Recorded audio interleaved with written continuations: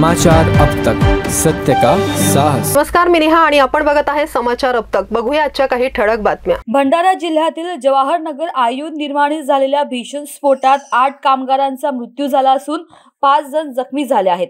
आयुध निर्माणीच्या अतिसंवेदनशील LPTE सेक्टरमध्ये सकाळी 10 वाजण्याच्या सुमारास अचानक मोठा स्फोट झाला। यामुळे जमिनीत मोठा खड्डा पडला आणि संपूर्ण इमारत एका क्षणात कोसळली। काँग्रेसचे प्रदेशाध्यक्ष नाना पटोले यांनी या प्रकरणावर आपली प्रतिक्रिया दिली आहे आणि टीका केली आहे। या घटनेमुळे सावली गावातील घरांना मोठ्या प्रमाणावर भेगा पडल्या असून गावकऱ्यांमध्ये प्रचंड संताप आहे। अपघातग्रस्तांच्या कुटुंबियांना 25 लाखांची मदत जाहीर करण्यात आली तरी घृणास्पद आहे। राज्य काँग्रेस अध्यक्ष नाना पटोले यांनी दुर्घटनेबाबत तीव्र नाराजी व्यक्त करत कंपनी व्यवस्थापनाविरोधात कठोर कारवाई करण्याची मागणी केली आहे। तसेच सावली गावचे पुनर्वसन करण्याची मागणीही केली आहे।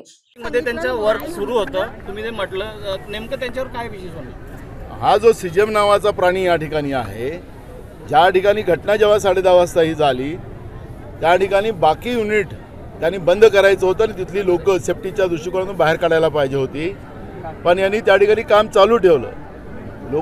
तिथल्या कर्मचाऱ्यांनी सांगितलं की इथं स्फोट झालेला आहे, इथं धोका निर्माण झालेला आहे, कारण की हे स्फोटक व्यवस्था आहे, RDX या ठिकाणी बनते।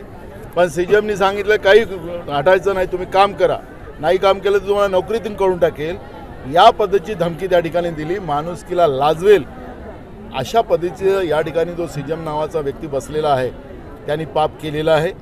आणि मी पुन्हा तुम्हाला सांगतो की सावली गावाचं पुनर्वसन केंद्र सरकारने तातडीनं करावं आणि हे सगळं या ठिकाणी मोठं नवीन याला एक्सपान्शन या फॅक्टरीचं करावं, ही मागणी आमची आहे।